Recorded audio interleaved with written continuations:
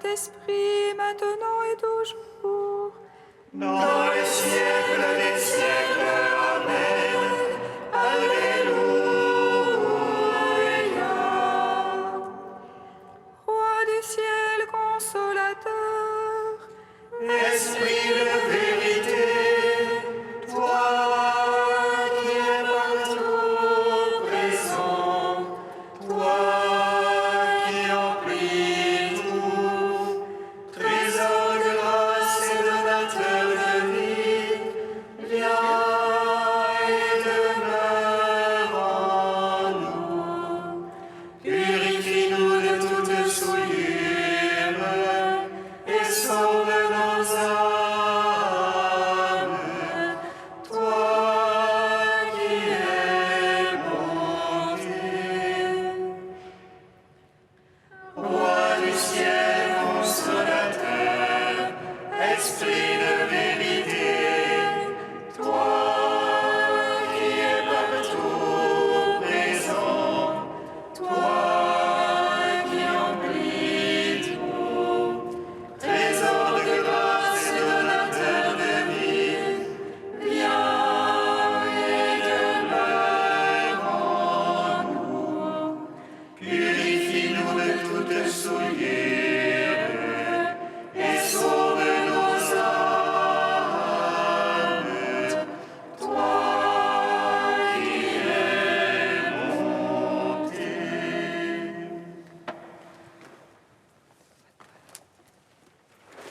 viens, Esprit de sainteté, remplis nos cœurs de ton amour, de ton feu embrase-nous. Viens, Esprit de sainteté, remplis nos cœurs de ton amour, de ton feu embrase-nous. La force d'en vous vient sur nous en ce jour. L'Esprit qui a ressuscité Jésus d'entre les morts, l'Esprit qui a délivré les apôtres de la crainte pour annoncer aux nations l'évangile du salut. Viens, Esprit de sainteté, remplis nos cœurs de ton amour, de ton feu embrase-nous. Nous voici déifiés par le souffle de Dieu, transformer les ténèbres en offrant de lumière. Voici que l'amour a été répandu en nos cœurs, l'Esprit de sainteté qui nous conduit vers le Père. Viens, Esprit de sainteté, remplis nos cœurs de ton amour, de ton feu embrase-nous. Psaume 118, strophe 18. Alléluia, le Seigneur a établi son règne à tout jamais. Alléluia. Alléluia, le Seigneur a établi son règne à tout jamais. Alléluia. Ô juste que tu es, Seigneur, droiture que tes jugements. Tu imposes comme justice ton témoignage,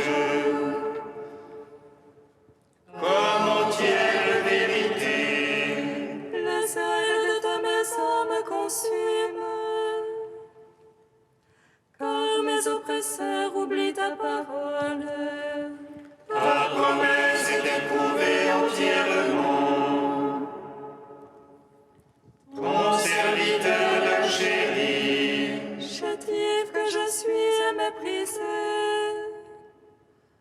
Je n'oublie pas tes préceptes. Justice éternelle que ta justice, vérité que ta loi. Angoisse, oppression m'ont saisi. Tes ordres font mes délices. Justice éternelle que ton témoignage. Fais-moi comprendre et je vivrai. Gloire au Père, au Fils, au Saint-Esprit.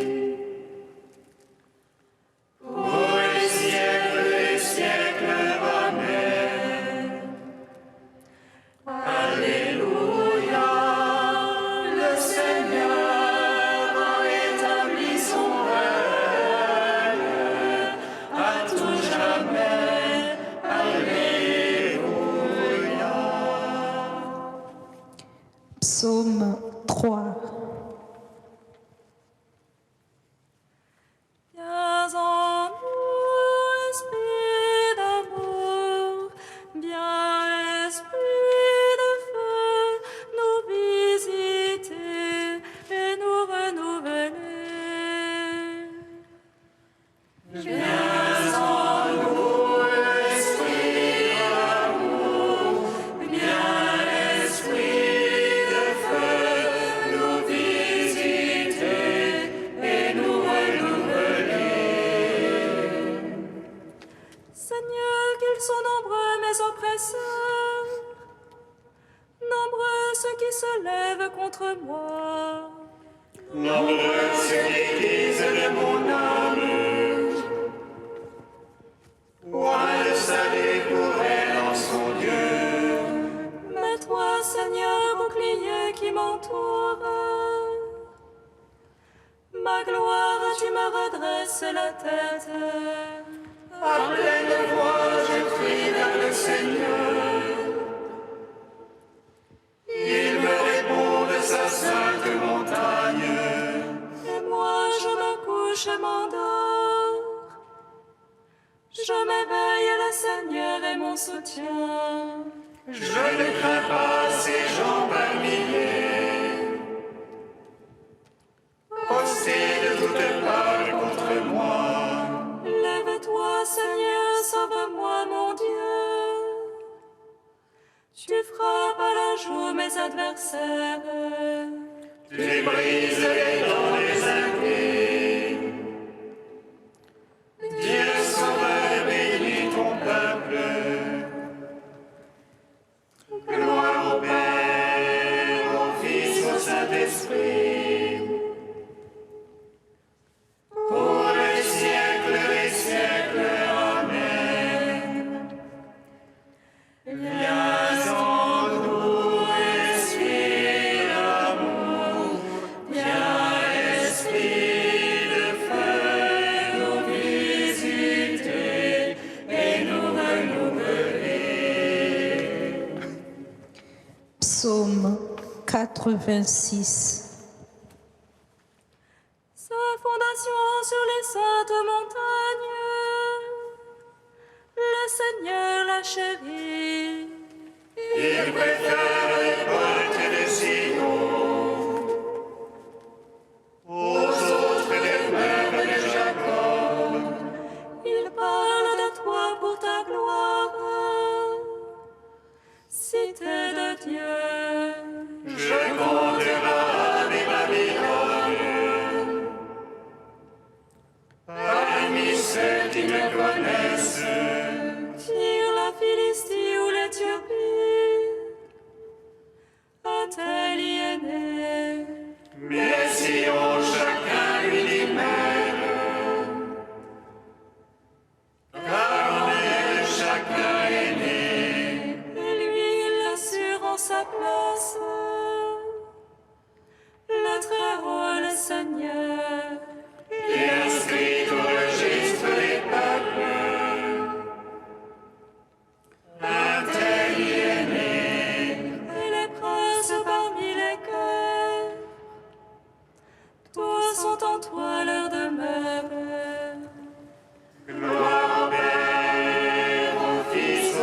Saint-Esprit,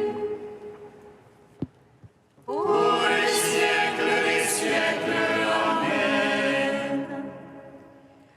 Viens en nous, Esprit d'amour, viens, Esprit de feu, nous visiter et nous renouveler. Cantique de Jérémie 31, page 313. Écoutez, nations, la parole du Seigneur, annoncez-la dans les îles lointaines. Celui qui disperse Israël le rassemblera et le gardera comme un berger son troupeau. Car le Seigneur a racheté Jacob, l'a délivré de la main des plus forts. Ils viendront hurlant de joie au mont de Sion, ils afflueront vers les biens du Seigneur. Vers le froment, le vin nouveau et l'huile fraîche, vers les brebis et les bœufs les plus tendres. Ils auront l'âme comme un jardin bien irrigué, pour eux désormais plus de langueur. Et la jeune fille prend plaisir à la danse, jeunes et vieux sont dans la joie. Je vais changer leur affliction en allégresse, les consoler, les réjouir après leur peine. Je rassasirai mes prêtres de mes choisis, et mon peuple se gorgera de mes biens. Gloire au Père, au Fils, au Saint-Esprit, pour les siècles des siècles. Amen.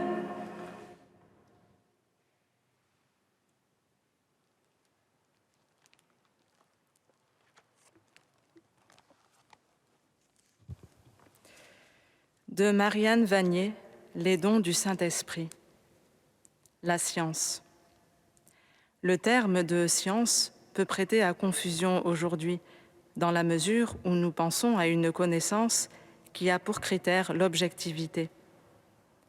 Or, c'est d'une autre science qu'il s'agit ici, cette connaissance que Dieu nous donne et qui n'est pas subjective, mais qui vient à la fois de l'intelligence et du cœur.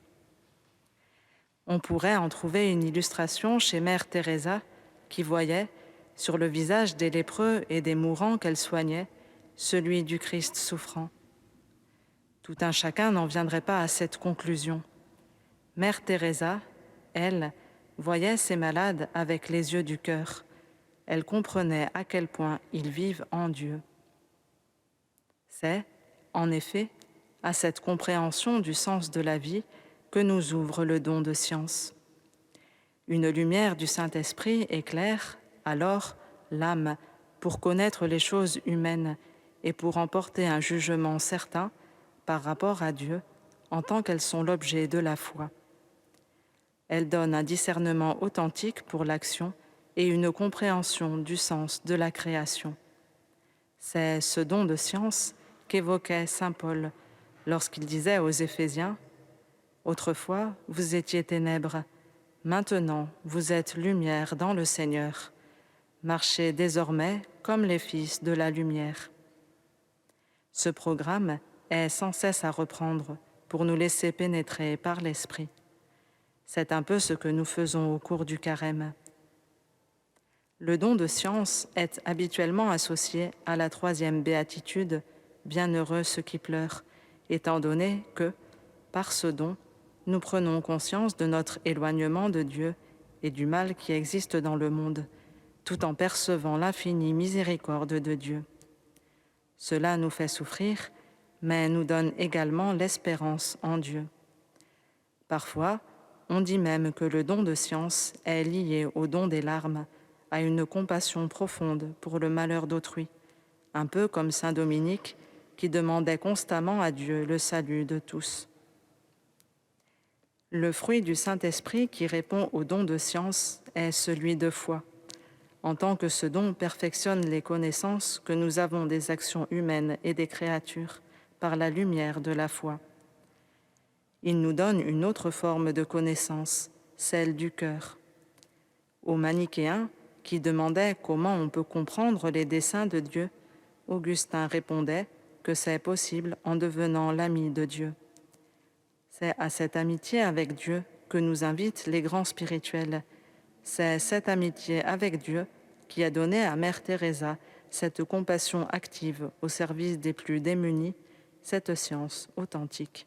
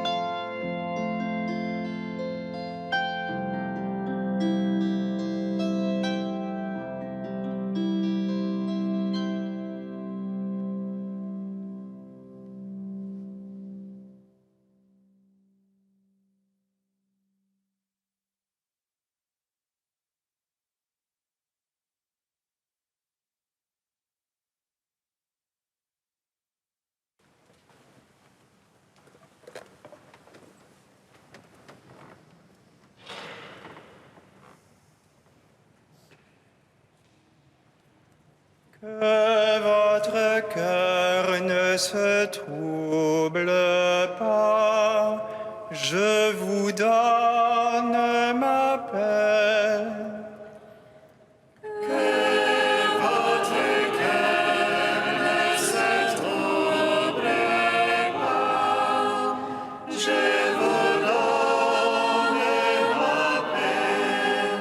C'est à cause de notre espérance, la résurrection des morts, que je passe en jugement.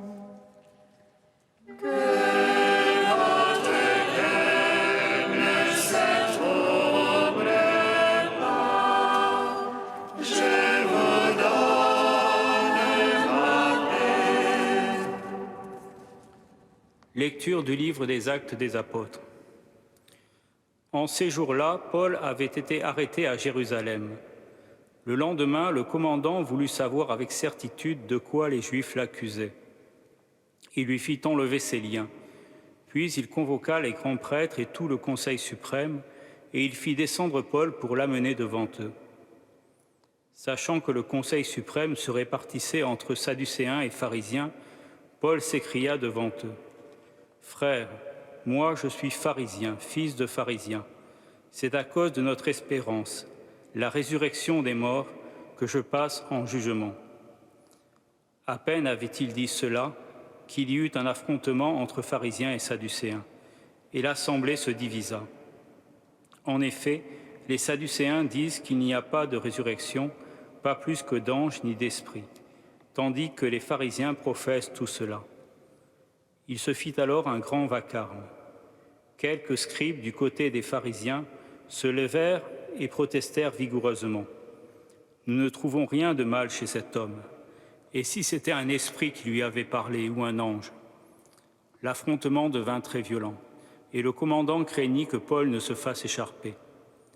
Il ordonna à la troupe de descendre pour l'arracher à la mêlée et le ramener dans la forteresse. La nuit suivante, le Seigneur vint auprès de Paul et lui dit « Courage, le témoignage que tu m'as rendu à Jérusalem, il faut que tu le rendes aussi à Rome. » Gloire à toi, Seigneur, louange à toi.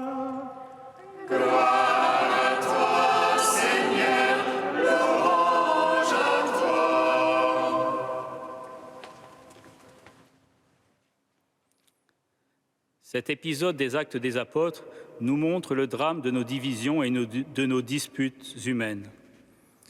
Les Sadducéens étaient un parti politico-religieux du judaïsme dont les adhérents appartenaient souvent aux grandes familles sacerdotales ou à l'aristocratie laïque. Ils ne croyaient pas en l'ange ni en la résurrection. Saint Paul, lui, y croit bien sûr, comme il le montre notamment dans le récit de sa conversion qu'il a raconté à plusieurs reprises. Les pharisiens étaient un parti dont le nom a pour racine le terme « séparé » ou « expliqué ». Ils devaient leur nom soit à leur pratique assidue du commentaire de la Torah, soit à la rigueur de leur discipline morale qui les séparait du reste de la population. Il y avait pour eux une importance majeure de la loi, alors que saint Paul prêche le salut par la foi. Mais ils croyaient en l'ange et en la résurrection.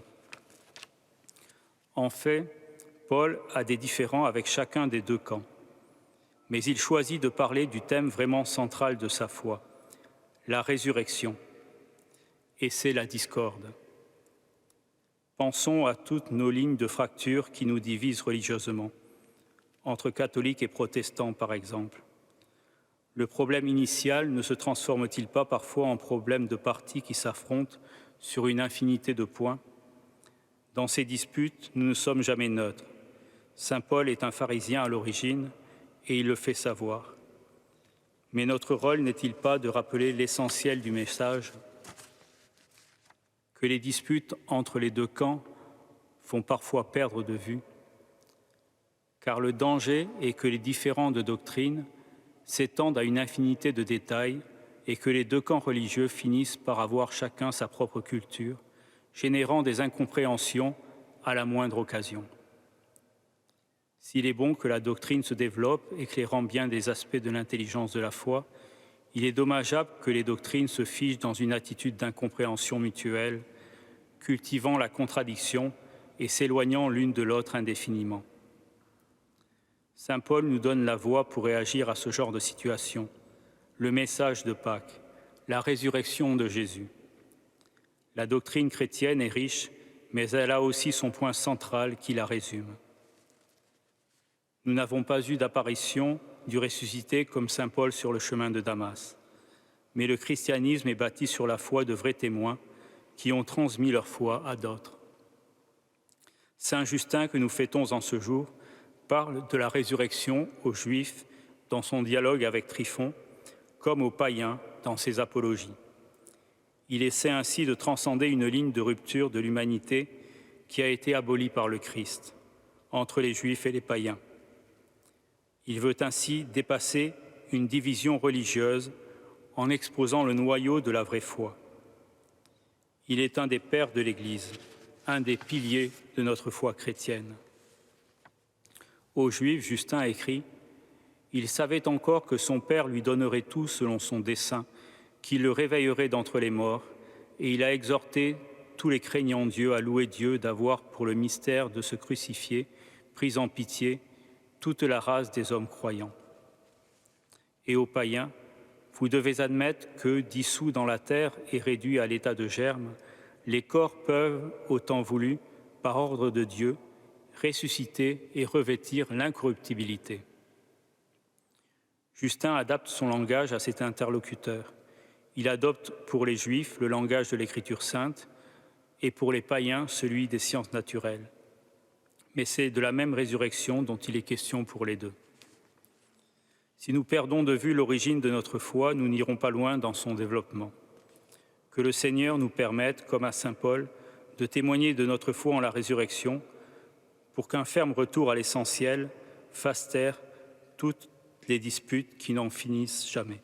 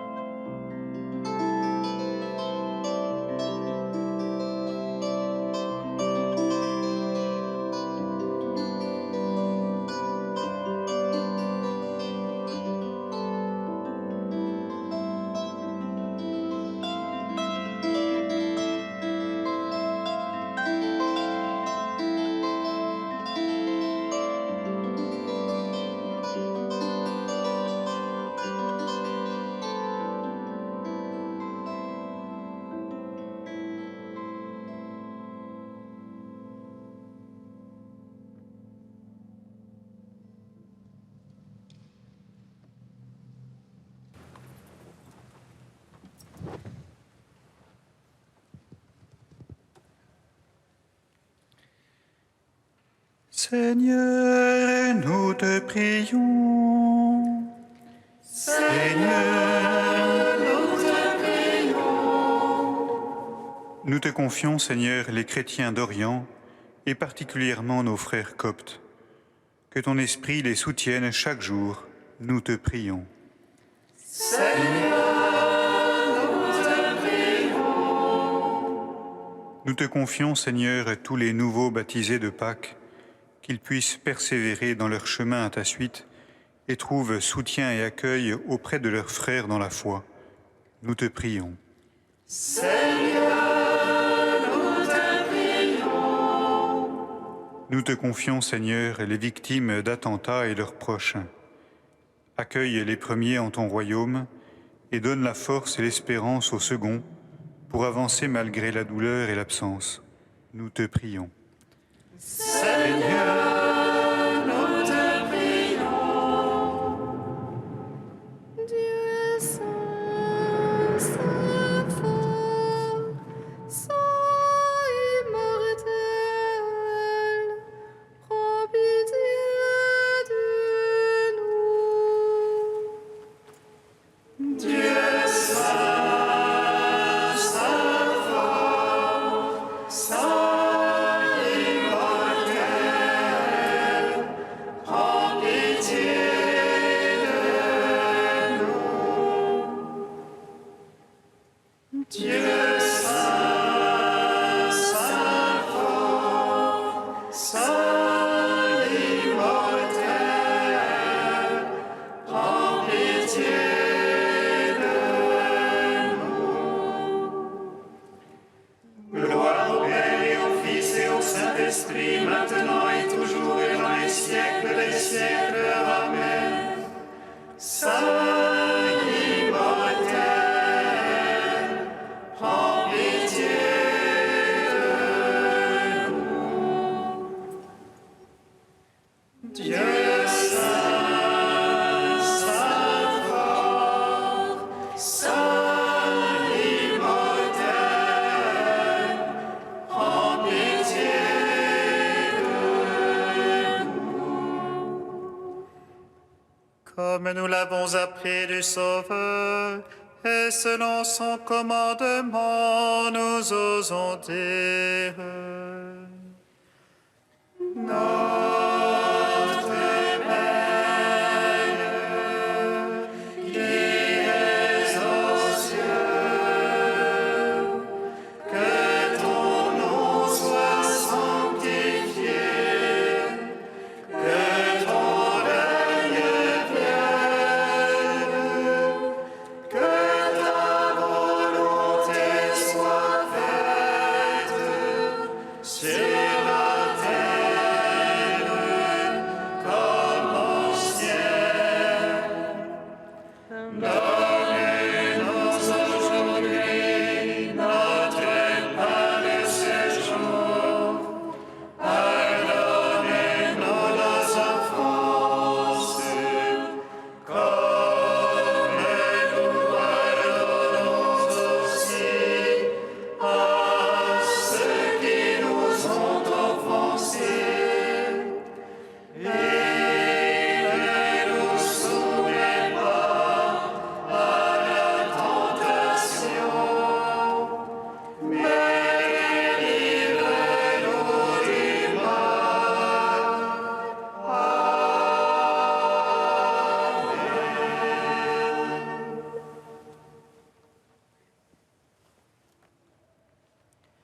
Dieu qui a donné à Saint Justin, ton martyr, de trouver dans la folie de la croix la connaissance incomparable de Jésus-Christ, accorde-nous par son intercession de rejeter les erreurs qui nous entourent et d'être affermis dans la foi.